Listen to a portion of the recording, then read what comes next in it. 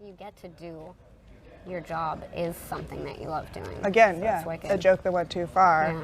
I drew like when I was like a kid, like elementary school, early high school. I was drawing these little like bunny characters, and they were just like, I don't know, in like my margins of my journals or like on my textbooks, my desk and stuff Little like doodles, that. yeah. Yeah, it was just like a doodle. But it was the same bunny every time. And then when I was in university, like I was still doing it, and like I must have started drawing these bunnies when I was like 13 or something. And I was still doing it, and I was working on sketches for a project in second year, and I was trying to figure out like, it was a really open-ended one, and my friend was like, you should just do a page of bunnies, it'll be funny. And I did it, and then I was like, oh, this is like pretty good. Yeah. My teacher loved it. I did it for my final, and then like got a great mark. I like submitted it to awards. It won awards. Oh, I got to go to wow. New York City. Like it was like, oh, this bunny that I'm just drawing for fun, like my little doodle thing. Like I'm trying so hard to figure out my style, and it's like, oh, that was my style the whole there, time. yeah, Right? I yeah. had no idea. So from there, I was like, okay, if that's what a bunny looks like what is like a fox and a deer and a raccoon Yeah. look like? What do the trees look like in that world? What is, so I kind of like built this whole sort of like visual language that I work in off of that character.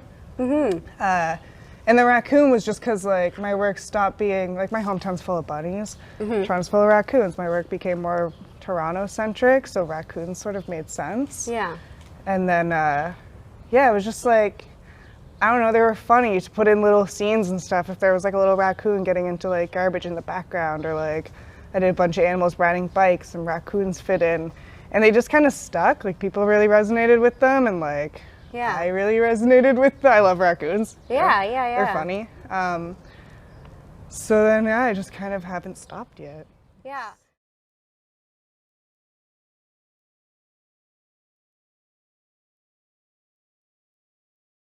The thing with raccoons is that it really does kind of like culminate a sort of identity for Toronto, which is so weird to think of.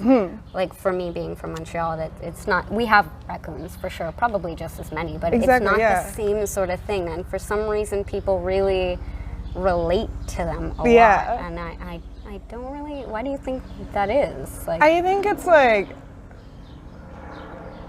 I don't know, I just feel like they're so like a part of like being a Torontonian now. Like everybody sort of has like a story. everyone's got Yeah. raccoon stories, and like I don't, maybe it's the way that our garbage bins work, that they're just more of a nuisance here than other places. Yeah. Like everyone like loves or hates raccoons here. Yeah. No one's even really like indifferent towards them. Like they have them in New York City, and people are indifferent towards them. Yeah, that's you know? true. Yeah. But I feel like they haven't like taken over the city as much as they have here. Toronto's also like really protective of raccoons. Yeah. Right? Like the laws and everything, that like you can't put out raccoon traps and stuff like Yeah. that. Like there's a running joke that John Tory is just 3 raccoons in a trench coat, because raccoons are so Oh my goodness. protected, hilarious. which is nice Yeah. for someone like me that loves raccoons. Yeah.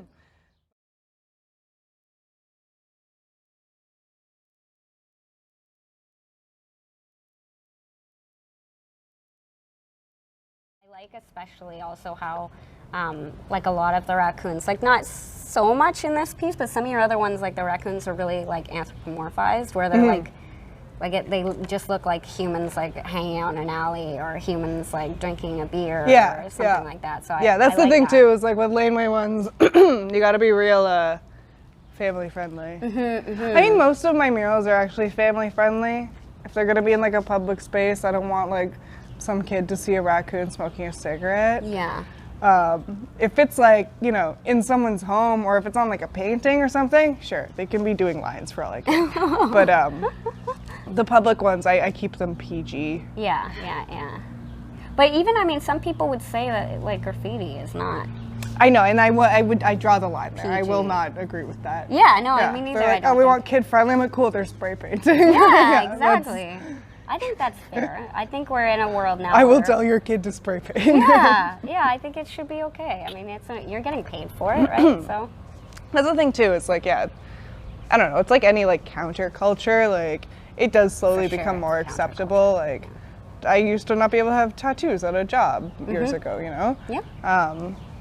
Or like, yeah, graffiti is like frowned upon. It's bad. It's, you know, illegal and stuff. But now, like, it's funny, that whole argument, because like people that don't like tags or that don't like graffiti, but they do like stuff like my work. Yeah. It's like nice raccoons on a wall. It's like my work wouldn't exist without those tags on a wall or like a graffiti, you know? Like, Yeah. it was graffiti that got me into street art. It wasn't other street, it wasn't like going to art museums that Yeah. got me into Yeah. this, right? Like those like shitty tags on the wall, like that's what I did when I was like 13 in my hometown, and Yeah. like look what that turned into. I saw his art as well, and Yeah. you have written stuff that's not this. You just Yeah, I write wrote like Emily. your name. Yeah. Which I thought was really It's a common name. They don't know it's me. cool. Yeah, but I'm I not was- writing my last name. I don't know. Yeah, that's true. That's true. That's true. It's really interesting though. Like, was that like a choice to just write just that instead of thinking up a tag? or- Honestly, like everything I do Yeah. is just like a joke that went too far. Everything I do. Yeah. I paint raccoons for a living. I didn't mean to do that. It Yeah. just kind of happened. I did like, I did some like bad graffiti when I was a kid. Yeah. That was just like, oh, I'm not good at this. This is what I'm good at. And then I don't know. I think it was like a couple of years ago. My friends all had like a graffiti jam. Yeah. And they were all working on like their like graffiti burners and stuff. And I was like, I'm going to smoke all of you and do an Emily piece. Where did that No one's gonna confidence be come ready from? for it. And then like, I don't know, that's like for fun. Yeah, You know, yeah. like we like painting together. If it's a spot that maybe I shouldn't be painting, like the raccoons are sort of like more tied to my legal name. Yeah. So I keep those to like sanctioned walls, Yeah. you know? Yeah. But yeah, I mean, it's my job, but it's also what I do for fun, right? Yeah. So there's a little bit of a separation then. Yeah. Yeah.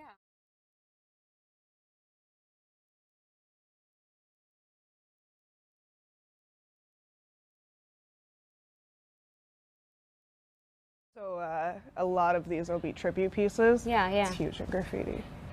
A lot of Yeah. people do tributes. I've seen a lot. Yeah. So since I'm painting with Hone on this wall, like we had a bit of a plan. It was like, you know, like your piece has to go from here to here. We'll put a raccoon here. We'll throw one over here. We'll throw one over here. Blah blah. Blah. Like we might have had like a bit of a sketch going for it, but And you painted around it. It was already. I just kind of existing? like, I'd probably just give him like marks on the wall and be like, do your piece within that, and then wait till he's done his sketch. And I'd be like, cool, I'm gonna come around with this like color I want as the background. Got it. Okay. And then I'll make him paint background colors to even out the workload there, because this is smaller, right? Is it always, yeah.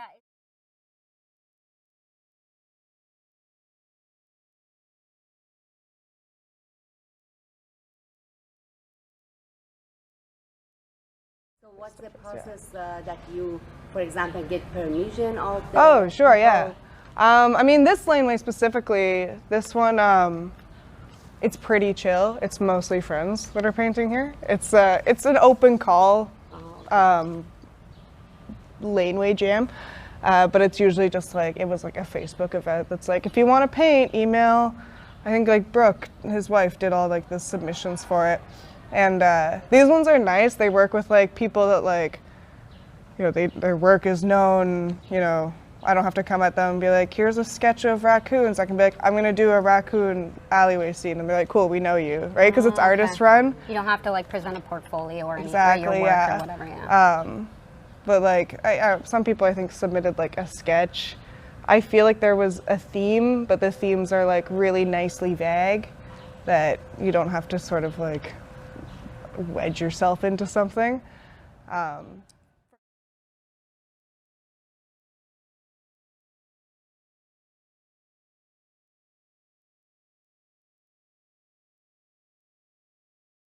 Looks like. So like there's like a program that it starts this thing and then they have like a Facebook event. Do the owners then have any connections So- to them and they give permission? Yeah, like or- it'll be so like I could go to Street of Toronto as like an artist or a curator. Yeah. Be like, hey, I want to put on a laneway jam in this laneway. And they're like, cool. Do you have permission, right? And like then you need permission from the homeowners. So like or if they'll give me the go ahead to like, okay, yeah, move forward, see what you can do. Yeah. So you literally go to each homeowner. The artists. Or the organizers, it might be Okay. a mix of them in Street Art Toronto. Yeah. I know that like when we did Women Paint, it was mostly Brackett, who was like the main curator and artist. Okay, yeah. She was doing a lot of that, like getting permission from people. Those were kind of easier because they were businesses mostly. Yeah. A lot of homes in Toronto don't have the homeowner living. Most people are It's renting. true, yeah, here, right? renters. So yeah, that's true. it's kind of hard to get like a landlord out. Yeah. But yeah, they'll basically just say like, hey, we want to do this laneway project, Street of Toronto. Like, you can see the vast like portfolio of Street of Toronto work. It's every artist in the city. Yeah. And you just kind of got to roll the dice, and you're gonna get what you get Yeah. with mural, right? You don't get to pick your artist or anything, but you get a free mural. The city pays for it. So Street of Toronto funds everything. That's interesting. So they don't choose. Yeah, they don't get to any choose. say, but it's free. Like I've painted walls for people that are in laneway jams like this, but separate from the jam They, because like, the privately homeowner was approached like, you? "Oh, they're painting the whole neighborhood. We want ours painted, but like we don't want to roll the dice and wanna get choose. anyone. Like Okay. we'd like you to do it, so they'll pay me out of their own pocket." Does that happen often? A few times I've done stuff like that. Yeah. And people approach you a lot because you were mentioning with your first one, they just approached you. Yeah, now it's like I have to turn people down and stuff. You know? I'm busy now. It's nice. But I mean, I charge more now than I charged Yeah. back then. I have a lot of work in my portfolio. I kind of command a higher rate than I used to. But it's nice. I can kind of like do projects that I'm excited about and that work for me rather Yeah. than just like doing any project that comes across my desk.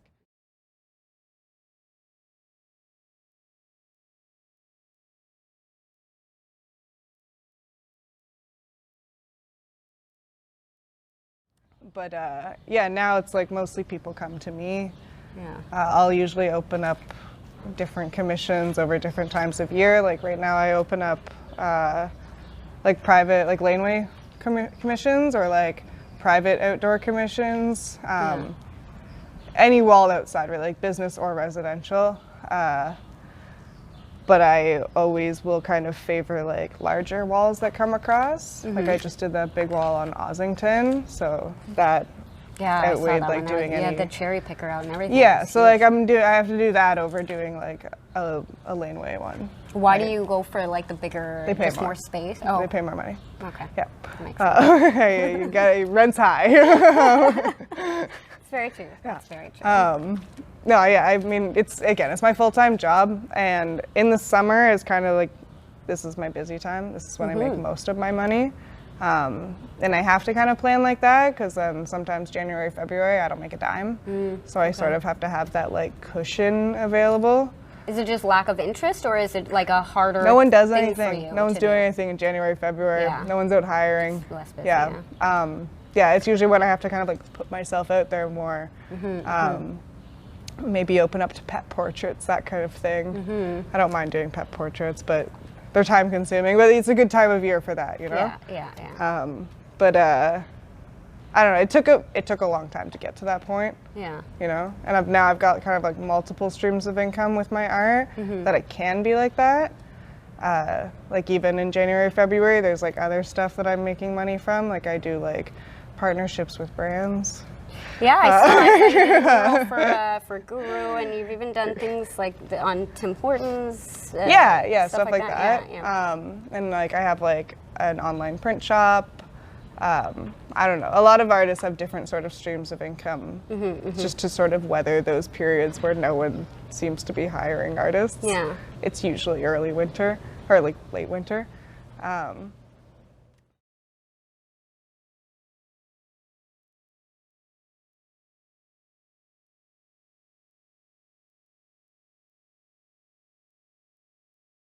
If it were not in a perfect world, just Yeah. imagine, and we were not solely dependent on like cash flow. Do you think it would be different? No, I'd still want to do those big projects because like I would never want to get like paid in exposure because I can't.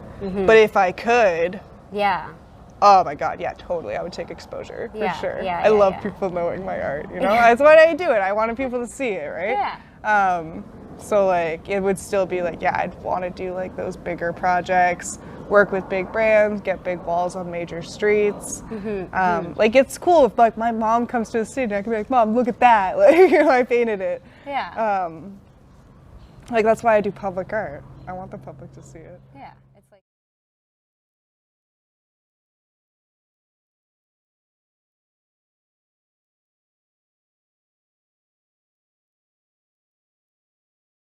Or like stuff like this. Like this is a media piece, you know? He's a sick graffiti writer and like this is crazy. Yeah, you know? yeah, yeah, This yeah, is yeah. like the technical skill here is insane. I was saying the first time we came down here, actually, I'm pretty good at reading. I can at least pick out a there's couple no of way you letters. could, I yeah. cannot read that. I have no idea what that says. It's Yeah, so it's- intricate. Yeah, media is spelled like Medaya with an H at the end. Very sick artist. He's also been doing this a long time. But like that's graffiti. He did tags, you know? Like this guy, he does tags. And it turns into this, right? There's a hierarchy of like graffiti, you know? There's tags, there's throw ups, there's fill-ins, there's pieces. Yeah. And like you can't pick and choose, you know? Like it's an ecosystem. You need all of them. Yeah, Right? yeah. Even like street art, like a lot of street art, I mean, some of the jobs we get are because there's tags on the wall. I've seen people get jobs to paint walls because they've tagged it. Yeah.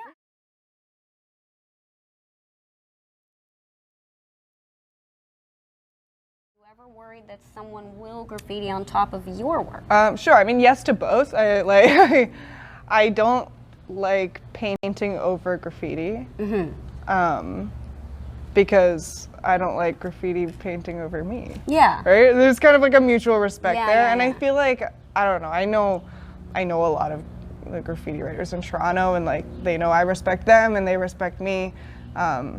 They know that I'm not like out here to cover up all the graffiti in Toronto. Yeah. Like most people think street art is set out to do. Yeah, right? yeah. Yeah, because but, there is definitely an aspect of, you know, once it's up, like I think specifically businesses might want to do that just to deter, you know, It tags does, yeah, stuff, and like yeah. it depends on the artist too. Like there's, like I feel like my work doesn't really get tagged that much because I'm sort of, you know, I know people in this world. But then there's some walls that like it doesn't matter who you put on it. There's gonna be tags on it because it's a graffiti wall. Yeah. You know, and you can't change that. Yeah, yeah. So there you'll see walls that's like no matter what mural they put up on it, there's always some like fill-ins and tags on the bottom. That's because that was always a graffiti spot. You know, and you can't change it. It's always gonna be that.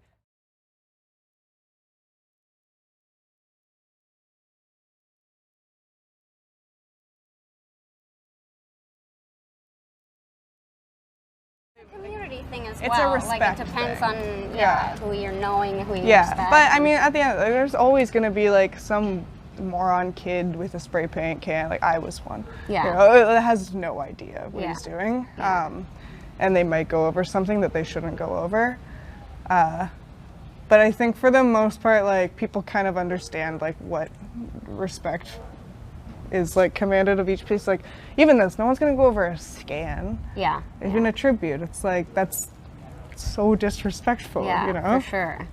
And like graffiti, it's like an illegal activity. There's no rules. Like, I don't know. You don't want to get in a fight over painting. That's so silly to get in a fight over, you know? Yeah. So, yeah, I don't know. It's a weird, there's lots of sort of like nuances in that of like graffiti and street art coexisting. Another thing too is like if your wall gets tagged, a couple of my walls have gotten tagged, and it's never been by like anyone like That you know, or anyone that I know, or like even like I don't know, I think it was like out of town people sometimes, or like it's some kid that like doesn't know me.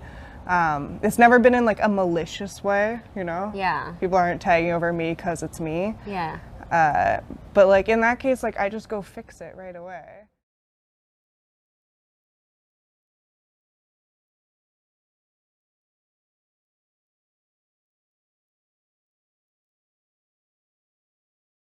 Like that wall up there, it's painted solid black, you know?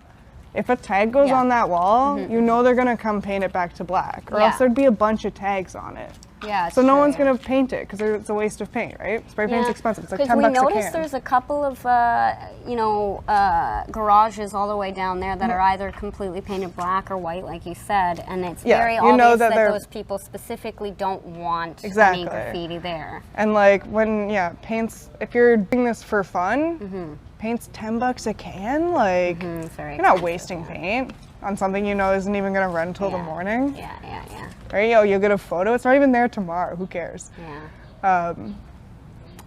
So yeah, I don't know. Walls are weird. Graffiti's So weird. then the point, I guess, would be sort of, not that there is only one point, but I mean, one point would be that you want it to be seen and you want it to be more permanent. Yeah, when people do graffiti, they want it to run. Yeah. Yeah.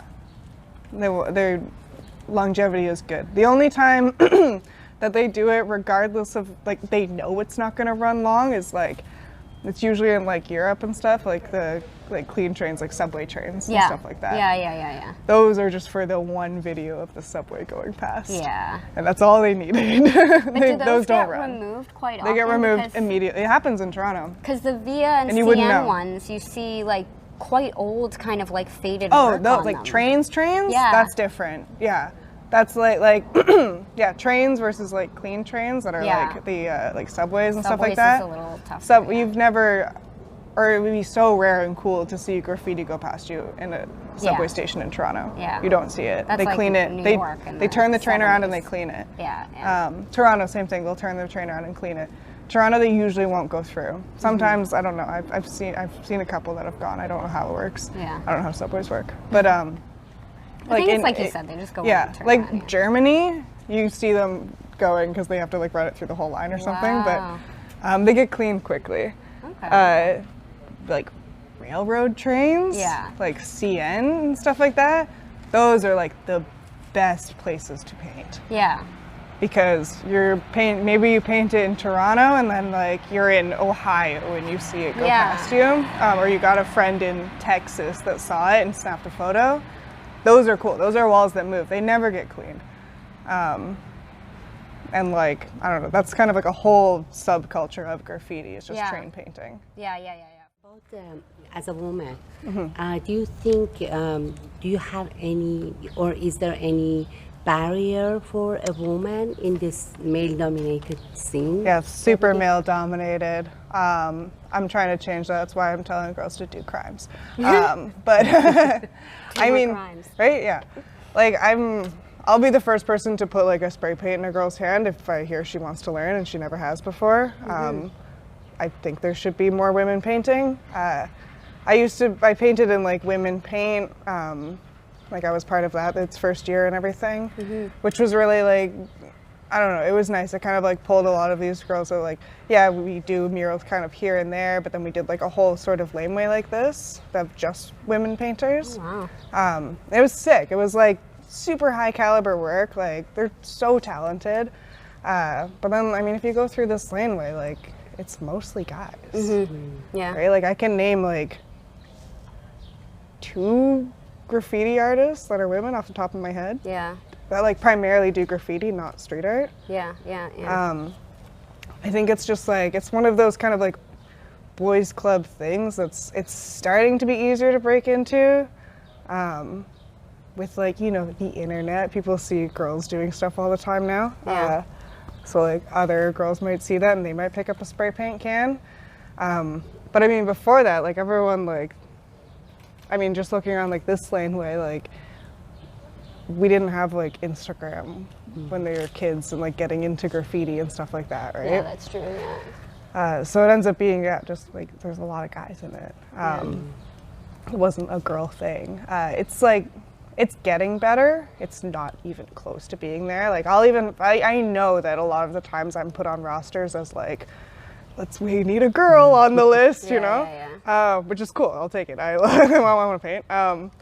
But yeah, even anytime you do something like women paint where it was like all girls, it caused a stir. Yeah. Like people were like mad that, you know, we didn't include guys, or then like mad that it Really? wasn't diverse enough when like it was very diverse. Yeah, It was a I mean, really just great having roster. women doing it in the first place is part And of then it was diversity. like, okay, yeah, you're gonna talk about that, and like now this caused a stir because we called it women paint too. Right? We Yeah. just put a straight label on it, but you know, like man paint is going down every weekend, and no one says a thing. Yeah, yeah.